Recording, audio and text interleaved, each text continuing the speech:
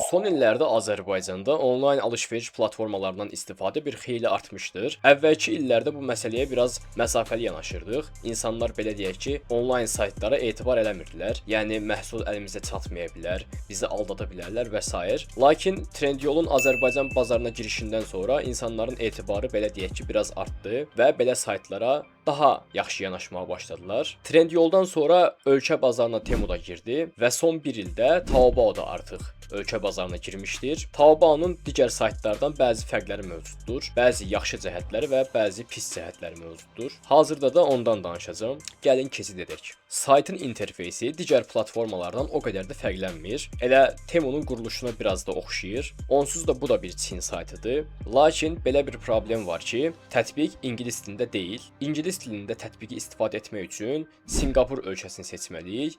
Ancaq oradan alış-veriş edə bilmirik. Qlobalı seçdikdə isə artıq tətbiq Çin dilində olur. Bu da bizim tətbiqdəki xüsusiyyətləri anlamağımız üçün böyük problemlər yaradır. Bir digər problem odur ki, bu platformadakı satıcılar Çinlilərdir və onların əksəriyyəti ingilis dilini bilmirlər. Yəni onlarla ünsiyyət qurmaqda çətinlik çəkirik. Ümumiyyətlə bu oradakı saytdakı Çinlilərə aid deyil təkcə. Bəzən Bakıda Çinli turistlərə rast gəlirik və əgər onlarla ingilis dilində danışmaq istəsəz, görəcəksiniz ki, əksəriyyəti danışa bilmir.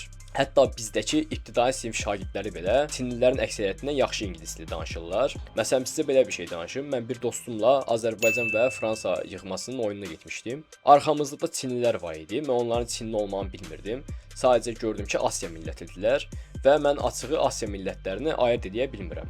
Yəni bilmirəm ki, hansı Yapondur, hansı Çinlidir, hansı Koreyalıdır və s. Ona görə mənə həmişə bu maraqlı gəlir. Geriyə döndüm və soruşdum ki, hardansınız? Yəni çox bəsit bir sual verdim. Where are you from? Məni anlamadılar. Daha sonra sual təkrar etdim fərqli bir formada. Bu dəfə dedim ki, where is your country? What's your purpose of visit? Yenə anlamadılar. Sualı 5-6 dəfə təkrar edəndən sonra artıq axır ki, biri anladı və mənə dedi ki, China. Bundan sonra bildim ki, Çinlidirlər. Belə, Taobao'dakı əməkdaşlar da eynidir. İngilis dilində danışa bilmirlər. Məsələn, bir məhsul alacaqdım və məhsulun çəkisini bilmək istirdim və dedim ki, how much does this weigh? O isə mənə heç bir cavab verə bilmədi. Yəni əslində ingilis dilində bilməməkləri problem deyil. Sadəcə mesajı copy-paste belə eləyə bilmirlər. Yəni Google Translate atıb oradan çevirib mənə deyə bilmirlər. Mənə cavab olaraq məhsulun çəkisini demək yerinə məhsulun sayını dedi. Məcbur qaldım ki, mən Google Translate-dən Çin dilində tərcümə edeyim və ona göndərim və axır ki, məhsulun çəkisini öyrənə bildim və bu sayədə sifarişi verdim. Keçək digər məsələyə. Taobao'dan Azərbaycana sifariş edərkən məhsulun çəkisini bilmək çox önəmlidir. Çünki məhsulun çəkisinə görə ayrı çatdırılma pulları ödəyirik. Səhv etmirəmsə çatdırılma xidməti AZShop adlı bir yerə aid idi. AZExpress də ola bilər, dəqiq yadıma gəlmir. Bir digər mənfi xüsusiyyət odur ki, məsələn, 2 məhsul almısınızsa, siz onların pullarını ayrı-ayrı ödəyirsiniz. Çatdırılma pullarını ayrı-ayrı ödəyirsiniz. Yəni, bir 350 qramlıq, bir də 120 qramlıq bir şey aldıqda 470 qramı ödəmirsiniz. Ayrı-ayrı ödəyirsiniz. Deməli, burada sistem belədir ki, 100 qrama qədər 3 dollar ödəyirsiniz çatdırılma puluna. Ondan sonraki hər 100 qrama görə 1 dollar ödəyirsiniz.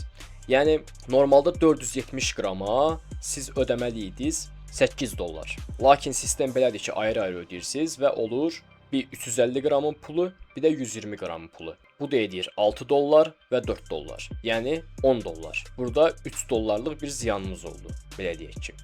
Və həmçinin mənə görə çatdırılma qiymətləri çox yüksəkdir. 1 kiloqramlıq məhsula görə hardasa 18 manata yaxın bir çatdırılma pulu ödəməliyik və bu da həqiqətən çox baha olur.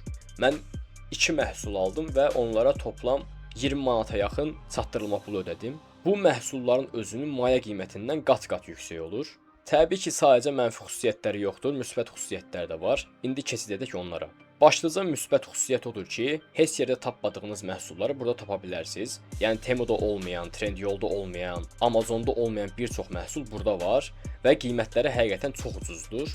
Məsələn, mən oradan bir Lego aldım və çatdırılma pulu ilə birlikdə cəmi 10 manat pul verdim. Bunu əgər gedib hansısa dükandan almaq istəsəz 20-30 manata yaxın xərciniz çıxacaq. Ancaq burada qiymətlər həqiqətən ucuzdur və həmçinin belə bir şey var ki, əgər məhsulu bəyənməsəz, üstündə xətalar olsa, çatdırılmada gecikmə olsa, bu hallarda sizə pulunuzu qaytarırlar. Məsələn, mən bir məhsul almışdım və rəngi biraz dəyişmişdi, solmuşdu. Biraz görüntüsü pis görünürdü. Taobaya bunu şikayət etdikdə mənə pulumu geri verdilər. Təbii ki, çatdırılma pulunu vermirlər. Əsas baha olan hissə orasıdır. Lakin yenə də məhsulun öz qiymətini qaytarırlar. Bir digər müsbət xüsusiyyət odur ki, çatdırılma sürəti olduqca yüksəkdir. Məhsul mənim əlimə 12 günə gəldi. Buradan sifariş verən tanışlarım deyir ki, maksimum 14-15 gün çəkir. Hətta daha tez də gələ bilər. Yəni belə baxanda Trendyoldan bir sifariş versəz, o da hardasa 2 həftəyə gəlir. Ancaq bu məhsul Çindən gəlməyinə baxmayaraq, o da 2 həftəyə gəlir. Bu da onun əsas üstün cəhətlərindən biridir. Son olaraq sifariş prosesi haqqında da qısaca danışmaq istəyirəm. Burada sifariş verərkən əvvəl məhsulun qiymətini Taobaya ödəyirsiniz. Daha sonra gömrüyə çatdıqdan sonra sizdən kargo şirkəti pul alır. Gömrük təsdiqini etdikdən sonra və pulu onlara ödədikdən sonra hardasa bir həftə içində məhsul sizə çatır. Məhsulunuz göndərilərkən sifarişin bütün mərhələlərini izləyə bilirsiniz.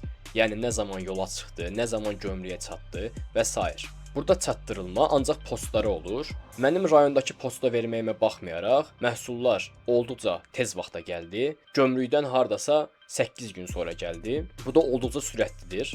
Belə, əgər Taobao haqqında başqa suallarınız varsa, şərhlər bölməsində yaza bilərsiniz. Bildiyim sualları cavablandırmağa çalışacağam. Növbəti videolarda görüşərik.